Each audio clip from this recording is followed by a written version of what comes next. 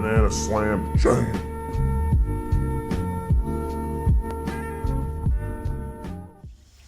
Thank you, Shiver. A problem a lot of Dota players have is we're losing the game, what now? And if it's the laning stage, we've got a great example in this game between Thunder Predator and VP. So what happens is when you're losing the lanes, if you just let things stay as is, it's just going to get worse and worse. The opponent's going to outfarm you. So the best thing you can do is recognize when multiple of your heroes hit a power spike together. So notice we're going to highlight that Mars is barely almost level 6 right now, and then Leo Style on the Void Spirit has also hit his level 6. So that means that they are going to go to the same part of the map to exert as much strength as possible to try to make something happen in this game. So we get our ultimates online between our off lane and mid. Sometimes it's going to be your carry if you have something like a Faceless Void, and we're going to turn this into some action. We're going to bring down the Phoenix, and we're also going to take down Nightfall on the PL, who will eventually go down here.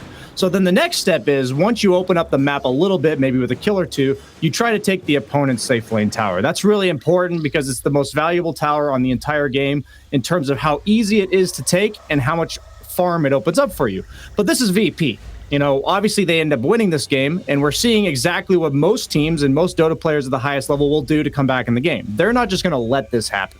So a lot of times in these games where one team is ahead, you're going to see them trading towers. But the team that's ahead, they're ahead for a reason. And what that means is they have to use less heroes to take the tower. You see 2 here compared to the 4 of Thunder Predator. And they're going to take the tower first. So notice how VP makes sure they extend their lead by getting their own tower. And then once they've killed their tower first, they're then going to prevent Thunder Predator from getting this oh-so-crucial tower by bringing all of their heroes that they possibly can muster down here.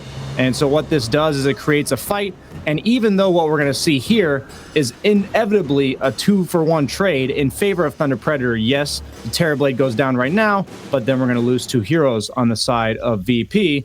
What happens is one carry, who's supposed to carry you in the later stage of the game, the Terrorblade, is on the sidelines, while the other carry is doing the best he can do. He doesn't have his defusal yet, so he doesn't want to participate in the fights.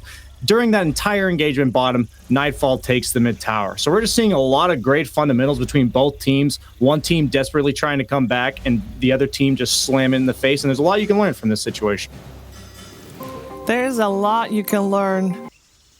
Thank you, Shiver. With new patches come new heroes and new roles, and I'm sure everyone at home is wondering, you know, is that a Faceless Void position 5? I've got all types of questions. What are they going to do with this? So the first question we beg to answer is, how do you lane as Faceless Void? So notice how the creeps are underneath his own tower, and he is just not near the creeps, and he's going to then contest the other. Okay, he's going to walk away and pull the big camp, giving his carry as much solo XP as possible, making sure he's as selfless as possible. As you notice here, 3 minutes into the game, he is finally going to get enough experience to acquire level 2.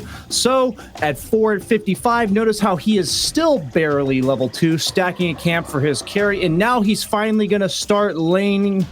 No, he's going to go back to pulling the camp for his carry. So it looks like the secret to laning as a 5-position Void is that you simply don't and give your core as much solo XP as possible. So notice how he is now helping his level 6 Gyro by being super tanky and soaking up the spells of the opponent. And the benefit of Faceless Void 5 is that he's going to be able to tank so many spells and still just time walk it off, just like all of your other Voids. Maybe the Voids you're used to would probably die there. But moving to the next stage of the game, notice how he's given so much experience to his carry that now that his carry is good enough to go to the jungle with all of that solo XP maxed out flat cannon, you're quite a survivable 5 for soaking up the XP underneath your own safe lane tower. So it all comes right back to you, and you're basically a carry Void that gets to start farming about 8 minutes late. So what is your job in the mid game?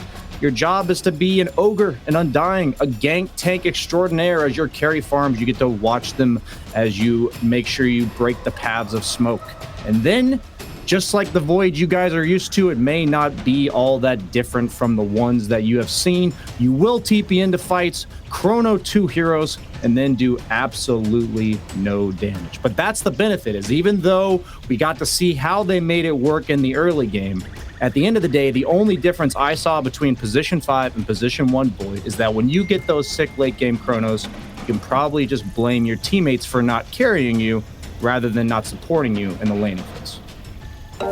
Yeah, sounds about. No, absolutely, fully agree with that. We definitely had a great time. And speaking of time, Brian wants to talk about timings.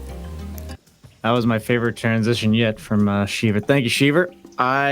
This game, I want to highlight how Beast Coast navigated their way through a rough early game. So what we're going to see here is that Beast Coast is a team that needs items. They need the Diffusal on PL, and they need the Blink Dagger on Shaker. So LGD knows this, so they're going to get really active early and try to invade these heroes that are trying to farm up their items. You see the PL going down there. 30 seconds later, we see Schofield, the other hero they're waiting for the timing on, going down here, making sure we see that Beast Coast is playing the dodge game, and LGD is making sure they're trying to slow down the timings of Beast Coast. So right here, we're going to see another smoke only a minute and a half later with the same idea in mind. We got to make sure that this PL Diffusal, which isn't quite done yet, only 150 gold off, is going to get delayed even further, as PSG.LGD knows that they want to force as many fights as possible before these crucial items come online. But here's the beauty of it. We have ourselves the timing perfectly lined up by Beast Coast. You can just see it in the way they've played throughout the entire course of the game. They're down by 3k net worth, but this is their time to shine, as they have the Ag Scepter on Void Spirit, they have the Blink Dagger on Shaker, and they have the Diffusal Blade on PL, all finished within 30 seconds of one another, perfectly timed, and they're purposely going to take the fight. Even though their Coddle was just dead, he's respawning. It's all going to come together. They're the ones forcing this fight, on the other hand.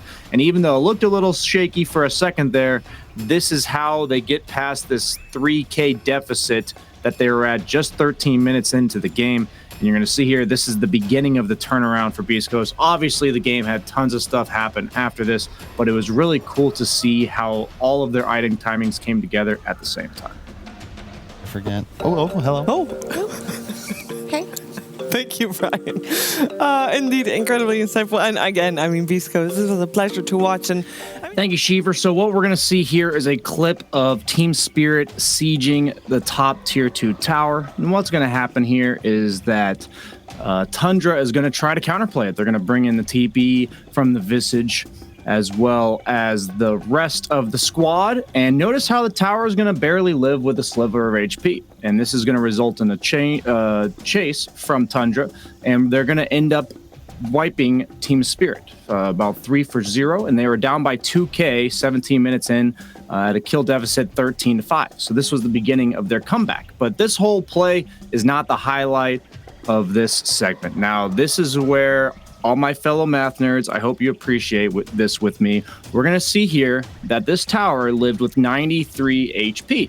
And we're going to see that this entire engagement happened because Toronto Tokyo, instead of retreating at this moment, is going to be forced to walk back into the tower with the attempt to finish it off.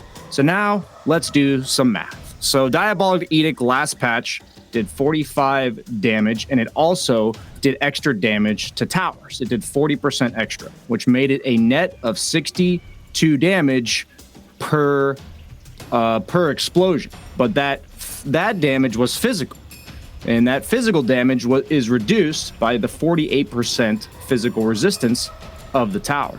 So 48% subtracted out of the 62 leaves you with 32 damage. Now let's go back to the previous clip, and we'll see that Diabolic Edict now does 28 damage instead of 32. With 40 explosions, that is 160 less damage to this tier 2 tower with all of the explosions hitting. And right here, last patch, he would have been able to finish off this tower and retreat safely, but instead, because of these small number nerfs to Leshrac, it led to a big comeback fight for Tundra, and you can just see how small changes can make such a big difference. BSJ has some other MVPs of the series, and he wants to talk about 33 and snaking. Thank you, Shiva. We see Tundra take 2 convincing games, and we kind of see that not only do they steamroll this game very quickly, but their momentum from early is just gathered so quickly, and you wonder how. So we're going to see that Snaking has left top, and it's just seemingly like a random level 2 Lion in the mid lane. But it's actually 9, who's almost level 6, and Snaking's going to help him secure the bounty rune that they know is still there because Toronto Tokyo hasn't left lane. And then they're just going to apply a lot of pressure to Toronto Tokyo. Nothing fancy. Use the level 6 on 9 prior to the level 6 on the Kunkka. And they're going to force TPs. And this doesn't seem like much, but compare this to taking experience from the Beastmaster, and it's much more impactful. And then we look at the Beastmaster, who's now left on an island by himself. And he's going to get level 5 and make a really cool, cheeky play here, where he's going to take a skill point into his axes so that he can long range aggro these creeps and drag them away from this lane because he's not able to occupy the lane by himself. So we're going to fast forward to where he then drags it behind his own tower, which is going to accelerate the timing of his Helm of the Dominator.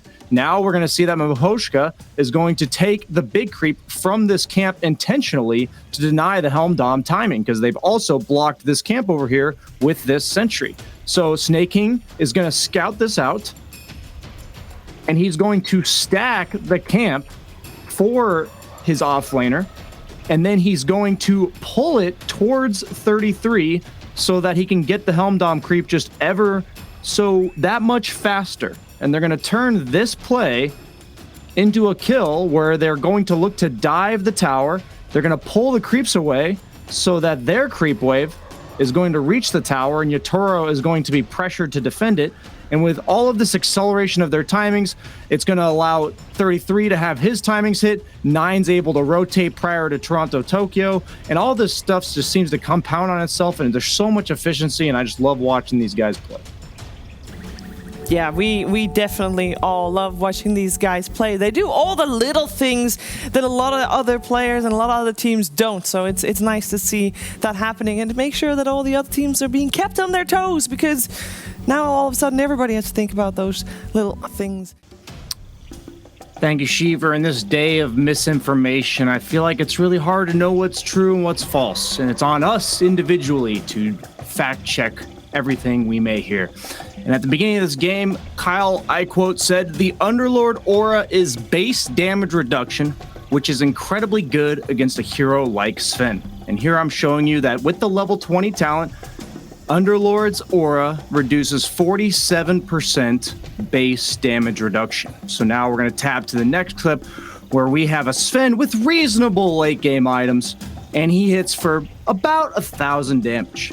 And because almost all of his damage comes from God Strength, which is plus damage, as you see right here, which is not reduced by Underlord's aura, when we walk him into range of Underlord's aura, he drops to a mere 900 damage as opposed to 1,000. So instead of reducing it by about 47%, it's more like 10 or 11%. So if you guys ever get told something, especially by somebody that sounds confident, maybe they have a mustache, just make sure you check your facts before you just blindly trust them. Thank you. People with mustaches cannot be trusted. That especially. But yeah, wise lessons from Brian, as always.